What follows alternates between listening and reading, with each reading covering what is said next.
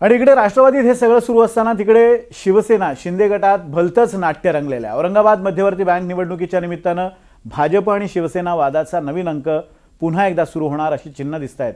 याला कारण ठरले याच निवडणुकीत अब्दुल सत्तार यांचे पुत्र अब्दुल समीर यांच्यासह शिवसेना आमदार संजना जाधवांचा बाद झालेला अर्ज बाद होण्यामागे भाजपचा हात असल्याची चर्चा शिवसेनेच्या गटात सुरू आहे। नेमका बँक निवडणुकीतील भाजप आणि शिवसेना हा वाद तरी काय आपण पाहूया।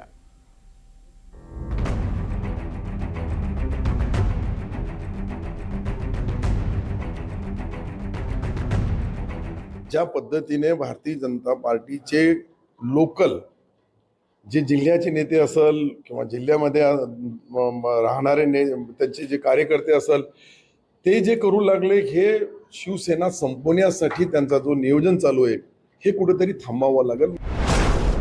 अब्दुल सत्तारांच्या याच वक्तव्यानं गेल्या आठवड्यात राज्याचं राजकारण ढवळून निघालं। भाजपकडून शिवसेना संपवली जात असल्याच्या त्यांच्या आरोपांना शिवसेनेतील इतर नेत्यांनी पाठिंबा दिला। छत्रपती संभाजीनगरमधील हा स्थानिक संघर्ष राज्याच्या महायुतीवर परिणाम करण्यापूर्वीच मुख्यमंत्री देवेंद्र फडणवीस आणि उपमुख्यमंत्री एकनाथ शिंदे यांनी मुंबईत बैठक घेऊन या वादावर पडदा टाकला। त्यामुळे अब्दुल सत्तार यांचे पुत्र अब्दुल समीर यांनी विधान परिषदेत भरलेला उमेदवारी अर्ज देखील मागे घेतला। पण सत्तार यांचं पुढचं लक्ष होतं औरंगाबाद मध्यवर्ती बँकेची निवडणूक। या निवडणुकीत अब्दुल सत्तारांनी आपल्या मुलाला रिंगणात उतरवलं। याच वेळी भाजप आणि शिवसेनेच्या नेत्यांनी एकत्र येत उमेदवारी अर्ज भरून वाद मिटल्याचा संदेश दिला।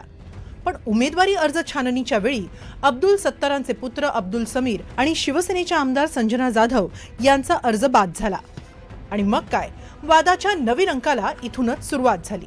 छत्रपती संभाजीनगरमधील बँकेच्या निवडणुकीतील वाद आता एवढ्या टोकाला पोहोचला आहे की शिवसेनेच्या एका नेत्याने NDTV मराठीशी बोलताना यापुढे आम्ही भाजप सोबत युती करणार नाही अशी माहिती दिली आहे। यासोबतच भाजप सतत आम्हाला मोठा भाऊ म्हणून आम्ही त्यांना निमंत्रण देतो, मात्र आमच्या सोबत दगाबाजी केली जाते असा सूर देखील भाजपच्या विरोधात शिवसेना गटात आहे। त्यामुळे आता याचे पडसाद पुन्हा एकदा मुंबईपर्यंत उमटू शकतात। खरं तर अर्ज छाननीच्या आधीच भाजप शिवसेना पक्षातील मतभेद समोर आले होते, कारण शिवसेना पक्षाच्या उमेदवारांवर भाजपच्या नेत्यांनी आणि भाजपच्या नेत्यांच्या उमेदवारी अर्जावर शिवसेनेच्या लोकांनी आक्षेप नोंदवला होता। संजय शिरसाटांच्या अर्जावर भाजपच्या राजू शिंदेंकडून आक्षेप होता। कोणत्याही संस्थेचे संचालक अथवा सभासद नाहीत, ते असल्यास त्यांनी आवश्यक कागदपत्र उपलब्ध करून द्यावीत असा आक्षेप त्यांनी घेतला। हर्षदा संजय शिरसाटांच्या अर्जावर देखील भाजपच्या राजू शिंदेंनी आक्षेप घेतला। त्या कुठल्याही बँकेच्या संचालक किंवा सभासद नाहीत असा हा आक्षेप होता। राजू शिंदेंच्या अर्जावर हर्षदा शिरसाट यांनी आक्षेप घेतला। ते ज्या बँकेचे संचालक आहेत त्याचे रजिस्ट्रेशन कट ऑफ डेट नंतर झालेले आहे। तसंच बँकेच्या सभासदत्वाचा 2 वर्षांचा कालावधी पूर्ण नाही आणि ऑडिट रिपोर्ट जोडलेला नाही असा आक्षेप त्यांनी घेतला। अर्ज बाद झाल्यानंतर आता दोन्ही उमेदवार अपील करू शकतात। बँकेच्या निवडणुकीत एखादा अर्ज जर रद्द झाला तर त्यांच्याकडे काय पर्याय असतो? त्यांच्याकडे अपील करावं लागतं 3 दिवसाच्या आत, जे विभागीय सहनिबंधक छत्रपती संभाजीनगर, आणि त्यांनी जे तर तो मिळवायच्या अगोदर निर्णय लवकरात लवकर घेण्याची असते तशी तरतूद दिली। आणि ज्यांचा अर्ज वैध झालेला आहे त्यांना काही अपिलाची प्रोव्हिजन नाही, त्यांना डायरेक्ट हायकोर्टात जावं लागतं। पण औरंगाबाद मध्यवर्ती बँकेची निवडणूक एवढी चुरशीची का बनली आणि या बँक निवडणुकीला नेमकं महत्त्व काय ते देखील पाहूया। जिल्हा मध्यवर्ती सहकारी बँकेची निवडणूक ग्रामीण राजकारणात अत्यंत महत्त्वाची मानली जाते। या बँका फक्त आर्थिक संस्था नसून गाव, तालुका आणि जिल्हा पातळीवरील राजकीय ताकदीची केंद्र असतात।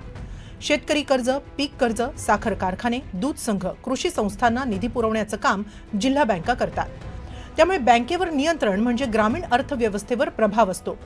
जिल्हा बँकेचे संचालक बहुतेक वेळा साखर कारखाने, बाजार समित्या, दूध संघ, पतसंस्था यांच्याशी जोडलेले असतात। म्हणून जिल्हा बँक जिंकली की संपूर्ण सहकार क्षेत्रात राजकीय वर्चस्व वाढतं। गावागावातील सोसायट्या, संचालक, सभासद, कर्मचारी यांचं मोठं जाळं या बँकांमुळे तयार होतं। हेच नेटवर्क विधानसभा, लोकसभा, जिल्हा परिषद, पंचायत समिती निवडणुकांत उपयोगी पडतं। जिल्हा बँक निवडणूक म्हणजे जिल्ह्यात कोणत्या नेत्याची ताकद किती आहे याची चाचणी मानली जाते। बँक आणि सोसायटी मार्फत शेतकरी आणि ग्रामीण नागरिकांशी थेट संबंध राहतात, त्यामुळे राजकीय जनाधार मजबूत होतो। पहिले मी माझी भूमिका होती, नंतर सन्माननीय मुख्यमंत्री देवेंद्रजी आणि एकनाथ शिंदे साहेबांनी आम्हाला सर्वाला आदेश दिला का युतीमध्ये जे जे ठरवतील ते युतीचे नेते जे ठरवतील त्याप्रमाणे खाली अंमलबजावणी करा. नाही, पण जिल्हा बँकेच्या आता इलेक्शनमध्ये तिथंही सन्मानपूर्वक दोन्ही पक्षाची युती झाली तर होऊ शकते, त्याच्यामध्ये कुठेच गैर नाही आहे. दोन्ही पक्षाच्या नेत्याला विश्वासात घेऊन आधी महानगरपालिका, नंतर जिल्हा परिषद आणि आता बँक निवडणूक. महायुतीतला संघर्ष वारंवार समोर येतोय. उमेदवारी अर्ज मागे घेऊन वाद मिटवल्याचा दावा झाला, पण छाननीतच मिठाचा खडा पडला आणि आता हा वाद केवळ जिल्ह्यापुरता राहणार की महायुतीच्या भविष्यावर परिणाम करणार, याकडे सगळ्यांचं लक्ष लागलंय. मोहसिन शेख, NDTV मराठी, छत्रपती संभाजीनगर.